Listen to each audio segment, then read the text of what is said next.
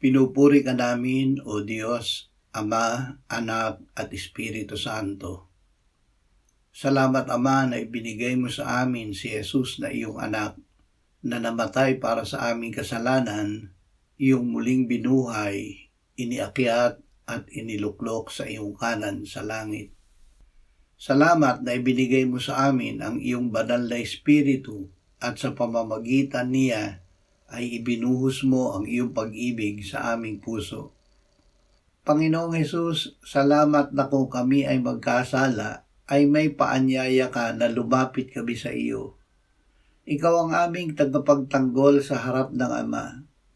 Hindi mo ibig na mamuhay kami na may kasalanang hindi ipinapahayag. Ang ibig mo ay alisin ang aming kasalanan at ito ay nililinis mo ng iyong dugo. Ikaw ang matuwid na handog na inialay ng Ama sa ikapagpapatawad ng aming kasalanan. Amen.